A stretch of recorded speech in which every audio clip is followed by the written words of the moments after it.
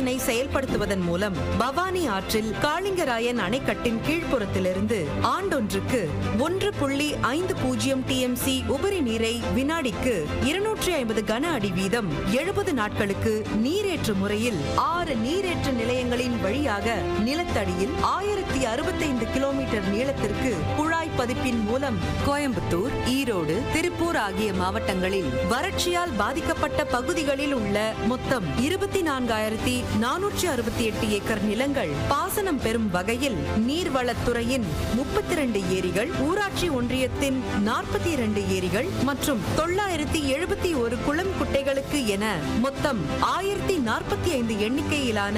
ஏரிகள், குளம், குட்டைகளில் நீர் நிரப்பப்படும். நீரின்றி அமையாது உலகு என்பதன் பொருட்டு நீர் வீணாவதை தடுக்கவும், உபரி நீரை சேமித்து வைக்கவும், வறட்சி பகுதிகளை செழுமையாக்கவும் அத்திக்கடவு